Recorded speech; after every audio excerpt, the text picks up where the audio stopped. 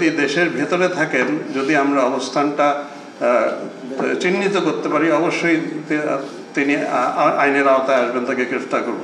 যারা এরকম আপনারা যে নামগুলো বললেন, আমরা গণমাধ্যমে অনেক তথ্য পেয়েছি, আমরা আমাদের নিজস্ব তদন্ত প্রক্রিয়াতেও আমরা এই কাজটা চলমান আছে।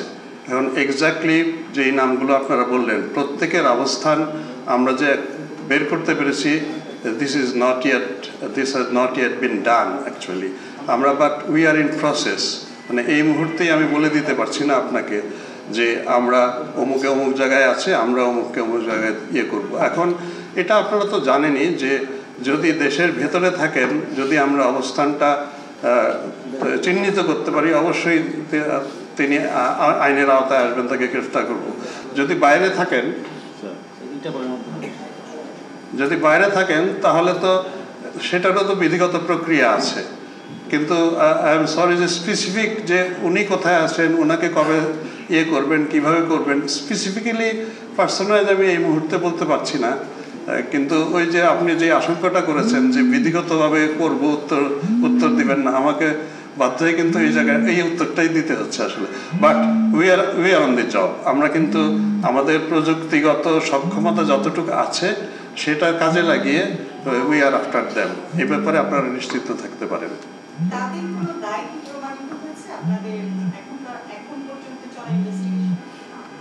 মানে প্রমাণিত হয়েছে যে এটা আমি বলবো তখনই যখন I will close the case. আসলে হ্যাঁ, এখনো তো চলছে। তবে সাধারণভাবে আপনাদের যে ধারণা, আমারও কিন্তু তাই ধারণা, কেউই দায় এড়াতে পারবেন না। মানে আপনারাই তো দেখেছেন, তারা কেউ কেউ তো সশরীরে থেকে পুলিশকে কমান্ড করেছেন। তাহলে কিভাবে মানে আপনি বলবেন যে কোনো দায় নাই? অবশ্যই আছে। কিন্তু আমার কথা হচ্ছে যে আইনগত প্রক্রিয়ায় সাক্ষ্য প্রমাণ দিয়ে আমাকে একেবারে দেখাতে হবে যে অমুককে বলেছেন, অমুকে বলেছে, অথবা ওয়্যারলেসের এই রেকর্ডটা আছে। ওই সবগুলো জোগাড় করে আমি কোর্টকে দিলে কোর্ট তখনই বিশ্বাস করবে। এমনিতে যতই আমি বলি যে উনি করেছেন, বিশ্বাস করবে না। ওই প্রক্রিয়াটাই কিন্তু আমরা we are on that job. আমরা খুবই এইসব ব্যাপারে আমরা, যেহেতু এটা একটা স্পর্শকাতর এবং এতগুলো মানুষ মারা গেছে, ১,৫০০ লোক এই কয়েকদিনে, বাংলাদেশের ইতিহাসে কেন, এই অন্য কোথাও এই সাবকন্টিনেন্টের ইতিহাসেও তো বোধহয় এরকম নাই। কাজে আমরা এগুলো আন্তরিকতার মাধ্যমেই চেষ্টা করছি। এখন আপনাদের সাহায্য এবং সহযোগিতা চাই।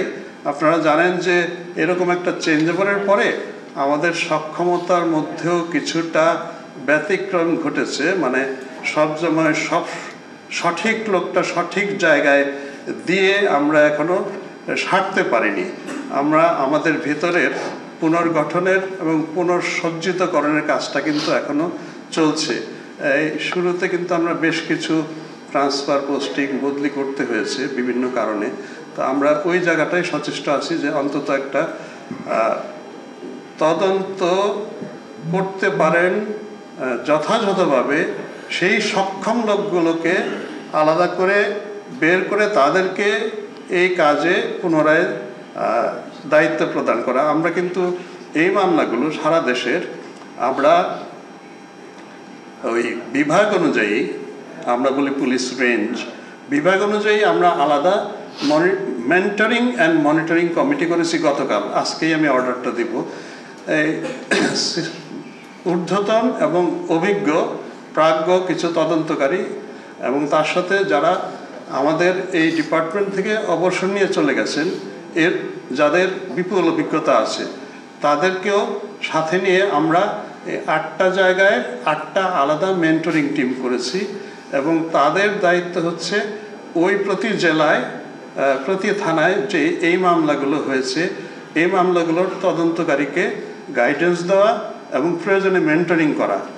কারণ অনেকের দক্ষতাটা আসলে ওই আশানুরূপ নয়।